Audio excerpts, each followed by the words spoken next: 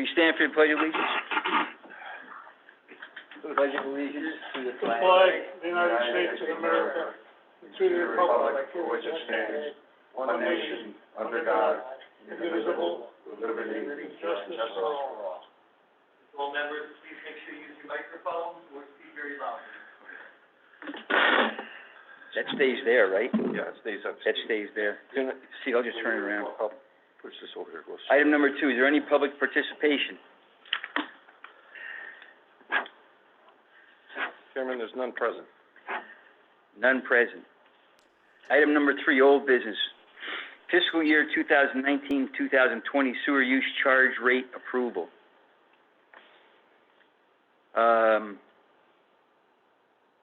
That was the $203. $203, the 2.4 million, where's the budget again? 2.4, whatever we had voted on at the last month's meeting. Right. 2.2 or 2.4, somewhere's in there. For $203 per EDU.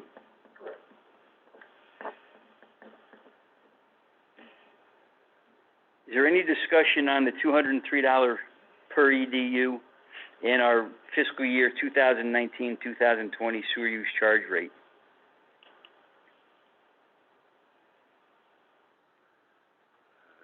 Ed? I make a motion, we accept the $203 sewer user fee for the year 2021. Second. Motion from Ed, second from Steve. Don? Second. Second from Don. Any other discussion? Hearing none, all in favor? Aye. Anybody opposed? No opposed? Give me a quick one. Now, why did you put item number 3B?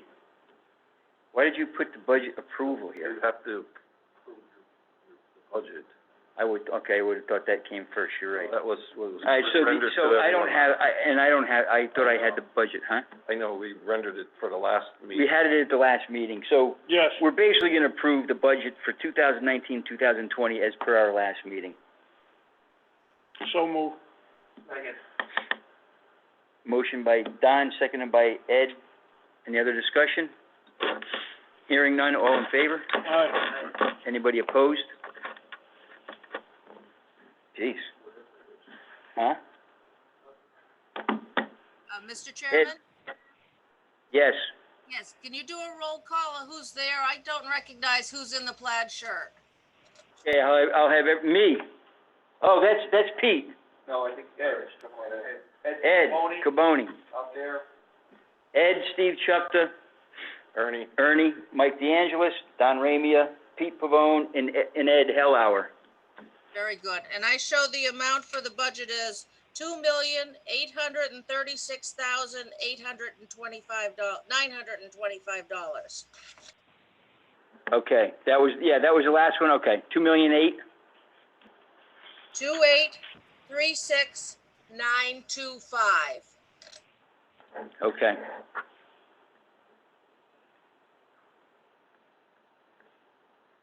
Well, nothing's changed, we're gonna approve that, we're approving that anyway. Correct, everybody agree with that? Correct. Ed, there's nothing on the agenda for you as far as reporting, but do you wanna report anything? Yeah, I could quickly go through Go ahead. the pollution control plant report. Yeah, we were supposed to have that on the agenda. Huh? Yeah, this whole thing is changed, so, go ahead. Let's add 3C, sewer plant update from Ed Caboni. Don, you wanna add 3C? Yes. Make a motion to do that? Yeah. I move that we add, to, 3C, the plant supervisor's report. Second it. You might as well put mine in there too, Chairman. All in favor, and then let's go ahead, Donna, let's add D. Let's get approval on C, 3C. All approved? Approved. Anybody opposed? Voting so ordered. Let's add 3D, sewer administrator update. So moved. All in favor? Aye. Anybody opposed? Vote so ordered. 3C, sewer plant update from Ed Caboni. So moved. The average daily flow for the month of June was 1.9. We had a peak flow of 2.1 MGD. We were in compliance with all our permit limits. Our effluent total nitrogen for the month was 57 pounds per day, which is good. We're below our limit. Hopefully we stay there.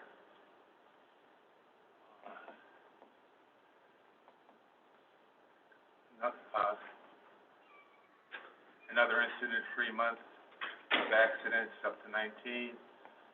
Chemical consumables, the highlight was 2,800 gallons for disinfection. No odor complaints, no noise complaints.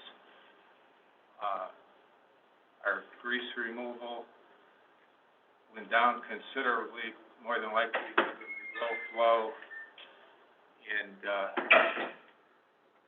some restaurants opening up. Lower Route 8 Wells Hollow was still fairly high with 320 pounds of grease removed. The others went down, such as an example is Lattice Place, which went down from 65 to 20.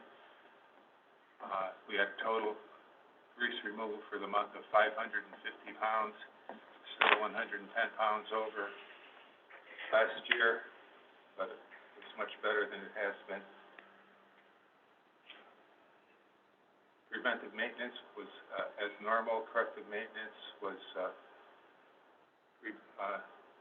plant water filter replacement, remove and clean the nozzles on the band screen, and turbo blower filters replaced. Our work schedule is keeping all the SBRs online. Future work, keep on top of all equipment and controls with daily checks as needed. Our overtime management was basically the same, and we are back to a full staff with Ed Deptula returning from hip surgery and Brian Shortell returning from caring for his wife. Any questions? Karen, you're gonna get a copy of this, Karen? I presume so. How about it, Ernie? Am I gonna get a copy? Absolutely. Let's add, is that it, Ed? No more questions for Ed? Yeah.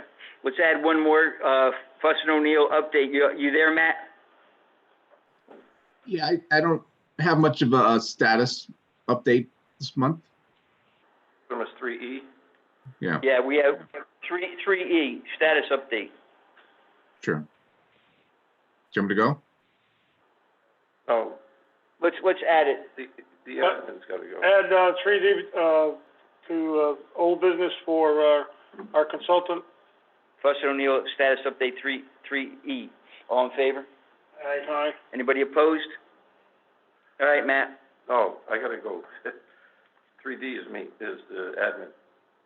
3D, oh, I'm sorry, sewer administrator, 3E, I'm sorry. First, I'd like to take a moment out to, express our condolence to the Morse family, friends, and fellow commissioners for the loss of one of our own. Stephen K. Morse was vice chair of the Wpca board in April 13, 2013, until resignation of March 18, 2020.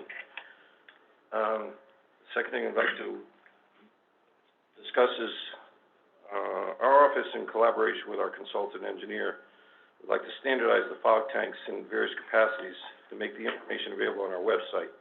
But more importantly, our office would like to require the applicants to acknowledge a specific tank, including but not limited to the precise specifications as determined by local, state, and federal fog regulations, and have this information attached to the applications for being reviewed for approval. Hence, if the application is approved, the specific tank, as determined by the WPCA board, will be noted in the applicant's file and stated in the meeting minutes. Another concern of the department is the bearing of manhole frames by paving contractors. From this moment moving forward, we will require any paving contractors to raise manhole frames and covers to the appropriate height instead of paving over them. Our manhole raising contract is completing the 2019-2020 schedule within, the next week. Our root control contract is just completed the 2019-2020 schedule as set forth by this department. The 2020-2021 schedule is being comprised at this time. I just wanted to note that the department has just finished organizing, indexing, and filing in excess of 1,000 blueprint drawings on the city's sanitary sewer system in our filing cabinets. And lastly, our office is committed to improving and updating the way we do business with the public. All suggestions, comments, or concerns from residents, contractors, or business owners will be considered. All right, so let's move on to, let's go back up to number 2 and talk about the fog standardization. Matt, Ernie and I spoke about this a few times, that we're gonna basically use, I guess there's one or two people coming in wanting to do their own thing, and if the requirements are for a 3,000-gallon tank, somebody's trying to push a 1,000-gallon tank. Well, that's why we need to make sure on your drawings, Matt, that you're determining which size tank is going to be used. You might want to call Ernie and I later on to discuss this. Now, United Concrete up in Wallingford has got all the state standards, and I think, Matt, obviously you know that. I think we're going to make, we might make something like that a standard, even though it's going to be, we're going to do it for our local, state, and federal guidelines for fog. So we can't have people coming into Ernie and saying, well, I only want to do a 1,000-gallon tank, when the drawings call for a 3,000-gallon tank. So, Matt, you need to spend a little bit of time with Ernie and I figuring out how we're going to implement that and put it onto our website as a standard. I think it's in there to some degree. I haven't been on our website in a while, but, when we started building that thing years ago, we tried to get as much on there. I know we've been adding stuff. When Regis was here, him and I actually started that process. We made some pretty good headway on it, but it kind of, and then maybe over the years, things have been getting added to the website, but we might want to check it now and just make sure that we have as much in there, Matt, as that pertains to these tanks, as far as, people not trying to, push their weight around and tell us what they're going to put in there. Well, it's going to be per their engineer's request, per your request, and review of their engineered drawings. Any comment, Matt? Yeah, I agree, Mike. There seems to be two separate. Oh, you can't quite hear me? I could yell, but that probably doesn't help. All right, Mike. Let's talk about it later, Mike. Matt, Yeah, I was going to try say. not to speak so loudly. We can't turn this down. You're All right. really loud. Matt, just give a brief discussion while we have everybody here about what, just spend a few minutes on it. Okay. Basically, there are two issues going on. The first part is people don't know what kind of a standardized tank should look like for the city of Shelton. Everybody's just submitting every different little thing. And the second problem is in the sewer applications that are getting approved, we recognize that would be a great idea. We've been trying to streamline that process to make it go quicker and be less expensive, but also easier to understand and see the different parts of the review. It'd be a good idea, Bernie and I thought to, if there is a grease trap needed for that site, to specifically put a header or a section in that review that says exactly, very specifically, what that tank size is and how that calculation came up, and then that way there's just it's black and white. Right. Okay. Does anybody have any questions about this? This just started coming up recently. No, I think it'll help us a lot, because there was a standard there, so. Right. All right, so obviously, Matt, we're going to get Pete involved too? Yes. Let's just make sure we get some kind of standard in there for that one. The next one is, let's talk about bearing manhole frames. And, you know, Ernie's making a good point, something I don't know if we ever thought about in the past, but when these guys come and pave city streets, they're bearing manholes, and then we're required to go back, turn around and go raise them. Well, Crazy. it's crazy. We're gonna make that a standard too, that and we gotta talk obviously to engineering to make sure that they're aware that's gonna be our requirement going forward. So why should we be spending our resources doing it when they can actually do it? It's part of the process. It happens all the time. It's nothing new. So that's one of the other ones we need to kind of make sure we keep our foot on the pedal on that one and understand how that one's going on. I have a quick question about that. Yep. Is there a possibility to maybe just keep those manhole riser rings in stock, for lack of a better word, so they can, you can just put them on the frames, so the frames are just, an inch higher, and then they just pave? That's the application that will be transpiring, Matt. Yeah. That's the easiest way and the most economical for everybody. Right.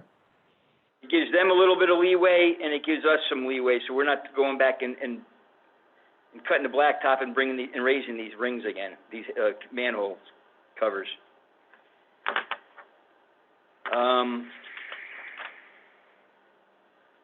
Any other question on Ernie's letter? Matt, any other comments on Ernie's letter here?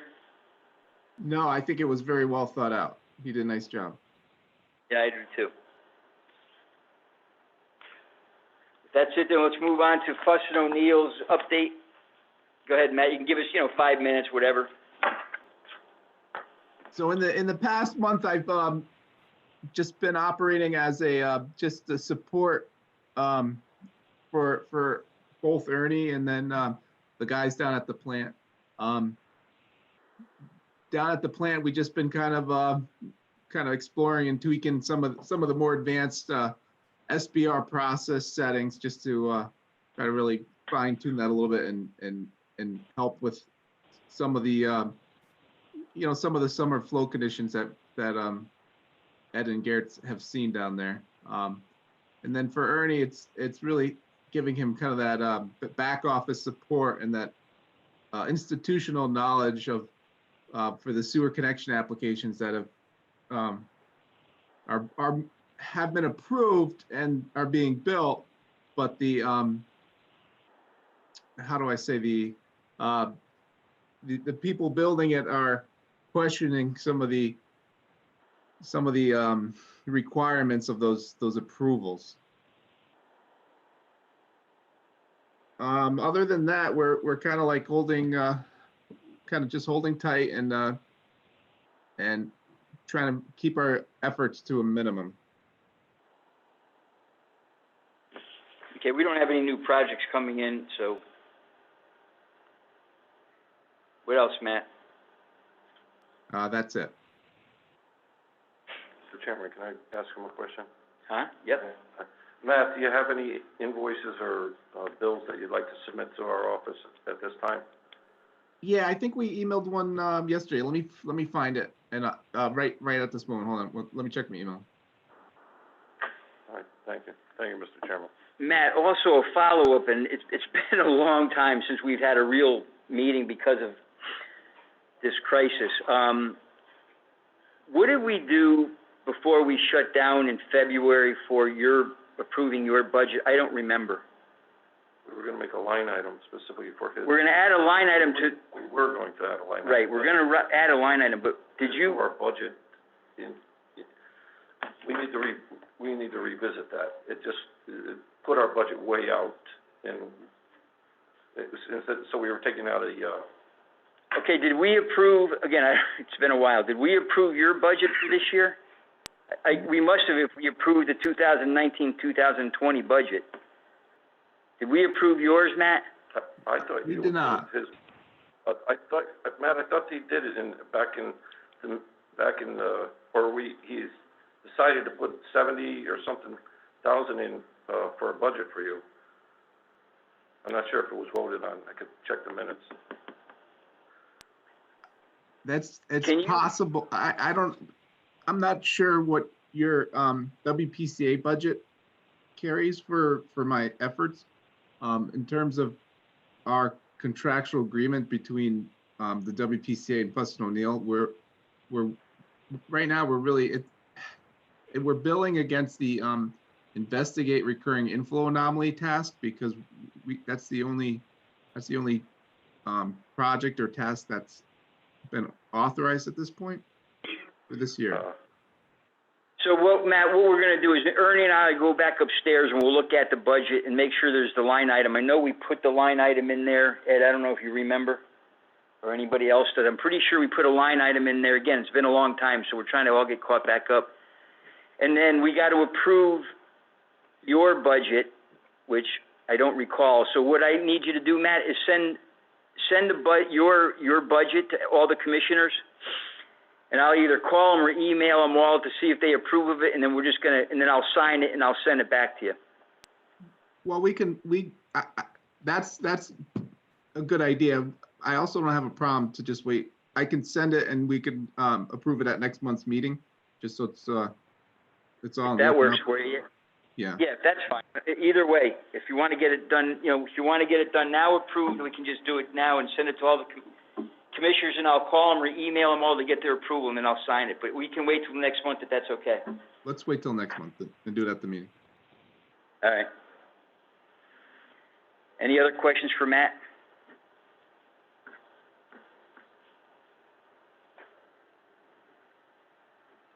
All right, hearing none. Uh-oh. Thanks, adjourn. Yep. Yeah.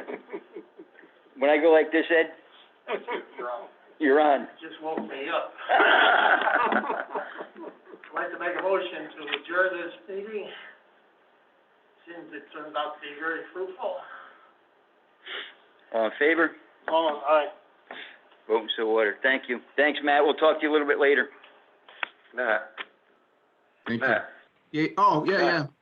Well, call me privately after the close of the board meeting, all right? will do. Thank you. Thank you. Thanks, guys. Okay. Almost ready here. Yeah, I'm waiting for a couple of things. We gotta get the floors done. An application